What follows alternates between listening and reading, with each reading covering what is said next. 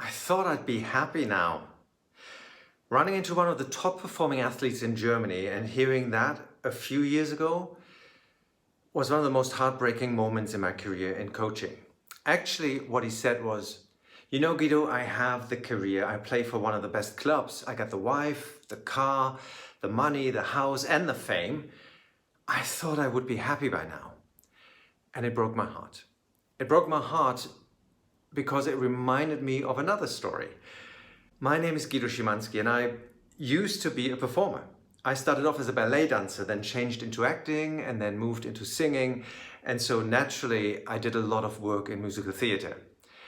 I too had a career that many admired, and yet for 25 years, I was continuously waiting to be found out because every day I felt that I wasn't good enough, that I shouldn't be there, that something was wrong with me.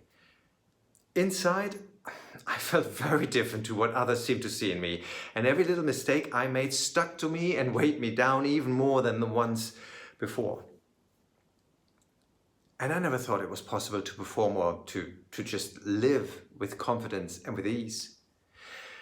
I never knew what it feels like to trust that what I was doing was good, let alone enjoying it. But this is not how the story ends.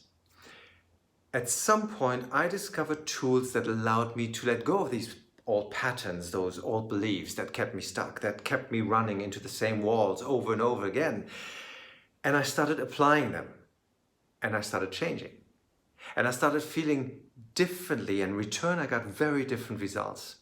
And when, after 6 years of not being on stage anymore, I was asked to play the lead in a little show called Cats, I knew there were 1,000 guys better than me and probably 100 guys not as good as me. But for the very first time in my career, I went on that stage on opening night knowing that I deserved to be there and that I had an audience to take care of. And so I know that intrinsic change is possible. And this is what I do today. I work with high achievers who are often in the public eye, and I help them under all that pressure not only to perform to the best of their abilities, but also to enjoy their success. These are professional football players up to the German national team, CEOs, the leading ladies in musical theater, and the occasional pop star. And very often, the image they project and how they really feel inside is very different. And I help them close that gap so they can finally enjoy who they really are and enjoy their outstanding talents. So imagine, you too can free yourself from the shackles of feeling less than you are. Imagine you too can open the door to even greater success and are able to enjoy it. And imagine you feel good about yourself and that in your most important moments, you don't sabotage yourself anymore, but actually are able to draw on all of your resources. I know that the stories that you tell yourselves most likely aren't true because they hardly ever are, even though they feel very real. I know that. So let me help you find out what's really possible for you and to write a very different story that you love. And with this video, I want to invite you to a free mini-series where I share some of the best tools for my group coaching course, the 6-Week Masters. And my promise for you is that you will see that change is not only possible, but much easier than most people think. I will share with you why in some areas of your life change is just easy and whatever you do, things just always seem to work out and fall into place. And why in other areas of your life you're just always stuck, and no matter what you do, no matter what you try, you keep hitting the same walls over and over again. I will then show you how you can take the first steps into changing those, let's call them programs, and how you make them last. And we will speak about how letting go of the past, especially the pain from the past, is not only possible but fun. Does that sound good? I thought so. So I want to start right away and let me dive in right now. Did you know that 95% of the decisions you make every day are done by your subconscious mind and are done long before you actually start consciously thinking? We all think we are in charge and we make our decision consciously and wisely, and the truth is we walk into a room and due to the triggers that are hitting us, our subconscious mind has already decided what we like, what we don't like, what's good for us, what's not good for us. and usually not according to what's really good for us, but based on our experiences. But I will get to that later. So I usually compare our subconscious mind with the operating system of a computer. I've got my Mac standing here, and when that Mac was built, it was just the hardware. It was just a shell, a few keys, screen, not really anything you could do with. And so this hardware now needed to have installed an operating system. And that operating system, we all know that from our smartphones and from our computers, that operating system now decides what programs can go onto that computer. So I said before, I have a Mac standing here, and even though Microsoft, for instance, releases the most important new problem-solving software in the world that I would absolutely need, chances are I put that into my computer and my computer says no, it doesn't compute because it doesn't fit the already existing operating system. So my computer, now I finally have a new one, but for a very long time I still have had a CD-ROM slot, and it would just chuck out CDs it didn't like. Computer says no. And so we have the hardware, we have the operating system, and that now decides what programs can go on, what programs are good for this computer, what programs work and which don't. And very much like this, we tick. So the little boy or the little girl, the little human being is being born into this world. And I often say it's just the hardware. It's just the body. And of course there's consciousness, and many people believe that the programming starts long before the birth. But for the sake of the argument today, let's start, when this little creature is born onto this planet, and it has a body, and it can eat, it can sleep, it can poop, and it can scream. It's basically like you have a computer and you can turn it off and you can turn it on when no operating system is on there. So this little creature, this little human being now needs an operating system in order to see, in order to learn how the world works, how itself works, what it can and what it can't do, what's healthy, what's safe, what's not safe, and so on and so on. And so it observes and absorbs its surroundings. It observes its parents, its teachers, preachers, siblings, friends, and everything that's going on around it. And for the first 7 to 9 years in the life of a child, it just starts modeling what's happening around it. Now, it's very important to understand or to know, for me that was mind-blowing, that in those first formative years of a child's life, their brain is in a theta wave, and that it's in a brain wave that we use for an hypnotic state. Why do we use that brainwave in a hypnotic state? Because usually grown-ups have a very strong critical mind that doesn't allow new information to go in if it doesn't fit their already existing system. Now, the little child basically spends its first years in a hypnotic state, and it just observes whatever it's being presented and absorbs it. It accepts it as fact. And so it doesn't question, is this good for me? Especially, is this good for me in 20, 30 years down the road? It just sees, oh, mom and dad are always fighting. This is how relationships are. Or there's always just love and peace in our house, and that's how relationships are. Or there's never enough money, and in goes a program. Or there's always an abundance of money, in goes a program. Or as it was in my case, there's always just enough money, in goes a program. It sees how people deal with each other, how the world functions, and it's being told what it can do, what it cannot do. We have all heard these sentences, sit still, a child should be seen but not heard, as long as you put your feet under my table, my house, my rules. Or my father used to say, close your eyes and you see what's yours. I'm not Rockefeller.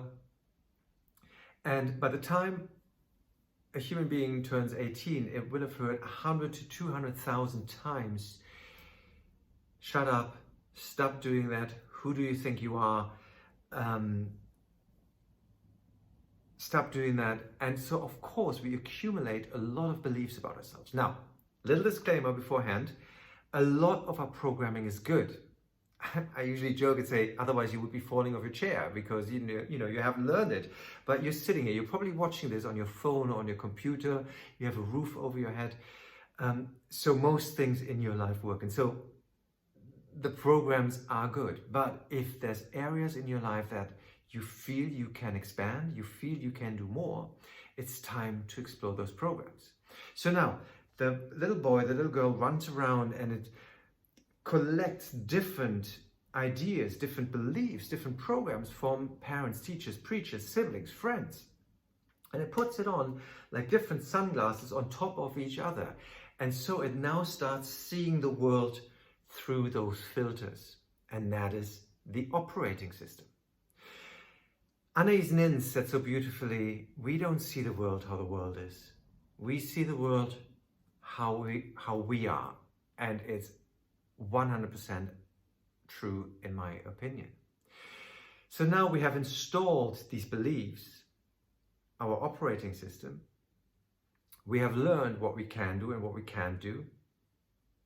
What, now you think you can sing? Stop singing. Yeah, even though little voice is probably beautiful. We have learned what we can and what we can't do, what we deserve, what we have to do in order to receive love, affection, acknowledgement from our parents maybe. So we have learned a lot of behaviors and beliefs about ourselves, and then we grow up. And these filters are now the operating system, and they now decide what can go in and what cannot go in. And that's important. It's vital. Otherwise we would go crazy. Because why? Every day we are bombarded with information. But today, you know, we have our phones, it continuously pings, then of course it's all going on our computer as well, then the radio runs, and then we have advertising. Very often the TV runs, then we go in the street, we have, you know, more and more advertising. And last time I was driving a car down the highway, I had to stop to go to the bathroom, and at the men's urinals, there was now an LED screen, so they made sure that in the moment I relaxed the most, I could finally let go, I had more information blasting me in the face. So we are bombarded with all this information and we cannot take it all in, otherwise our brain would implode probably. So we have to filter it out. And this is important, I need you to hear this. We filter it out not according to what's good for us, in the big sense. We filter it out by what fits our already existing belief system. So if that operating system, that person has a strong belief that it doesn't deserve to be abundant, that it doesn't deserve to be successful, that it doesn't deserve to be seen, and yet there might be a drive in there might be a calling, there might be a hope to be acknowledged, to live a better life, to maybe make a little bit more money. These are clashing systems. And so the biggest opportunities could actually be presented to that person, and it will filter it out because it doesn't fit the existing belief system. Now we call this deleting and distorting. Because we are bombarded with so much information, we have to just delete information left, right and center. So only what's useful for us and fits the system. I hope you can still follow me. I know I'm going very, very fast here. So that only what fits the existing system can go in. So we walk around and something presents itself. We could hear something. There is an opportunity for us, and we just completely delete the information because it doesn't fit. Sometimes we notice the information, we see it, we acknowledge it, and then we have to distort it in order to fit our system. The best way I can explain this, there used to be it's an example from, I think it's from the book The Big Leap, where they researched this deleting and distorting. And I think it was this professor who wrote in and he said, listen, I'm in a situation at home. My wife is cold as stone. There's no love in my family. There's no, in my marriage, you know, I might as well not be married. And he had this longing for a warm relationship. And yet, this is a little spoiler, he probably had a mindset that, or a belief that he wasn't lovable. So the researchers went and they stayed some significant time with him. And what they saw was a wife that was so attentive. She would put a blanket over his shoulders. She would tell him, I love you, little kiss on the cheek, give him a tea, gave him a little cuddle. And he simply didn't notice because his system was saying, I'm not lovable. Now the researchers of course saw that, and they pointed it out to him. And so they said, well, don't you see, she puts a blanket over your shoulder, she tells you how much she loves you, gives you a kiss on the cheek, a nice cup of tea. So his brain before had deleted the information, now his brain can't delete it anymore. So the brain goes, tuck, tuck, tuck, tuck, tuck, tuck, tuck, ah, she's only doing that because she wants something. And I'm sure, I know this story resonates so much with so many people, because we all know these areas of our lives, because either with ourselves or we experience someone else doing that to us. So what was happening here? He had a belief he's not lovable, yet a feeling, a calling, a wish, a hope, a desire to be loved. It was continuously presented to him, and he deleted the information because he couldn't believe that it actually exists. When it was pointed out to him, he couldn't delete it anymore, and he had to distort the information so he didn't have to change his beliefs. So if he doesn't question those beliefs, he will find himself continuously in those same loops of not having love in his life, even though he might have all the love he wants around him. And this is why we continuously create the same situations in our lives. And this is why I said before, in some areas of your life, you might, because it's programmed for you, things might just be always easy. This might be in the area of relationships, or maybe for you it's money, or maybe for someone else it's health. And in other areas, no matter what you do, it's always hard work. No matter who you date, it might be a different face, but it's kind of the same man or the same girl, same woman. You know, you finally see him get a promotion, you finally make some more money, and then the car breaks, the washing machine breaks, or the house is being broken into. These are all things, if you watch these patterns running out, I usually say, if these things keep happening to you, even if they seem to happen on the outside, there's a pattern that you're running. And so what we're doing is, we need to change the dial. It's almost like you're changing the frequency in the radio, where you just change the dial a little bit and suddenly you pick up a different frequency. And very often my clients say, I don't know what happened. We just spoke and suddenly everything is different. It's simply because we started opening a filter, and that change becomes intrinsic. Now you know that you are running programs that are most likely not true or helpful anymore. And it is at this point where people often wonder what their beliefs are and what their programmings are, and of course how they can change them. And that is of course what I will be covering in the next video. So keep an eye on your emails, as I will send the next video out in a few days.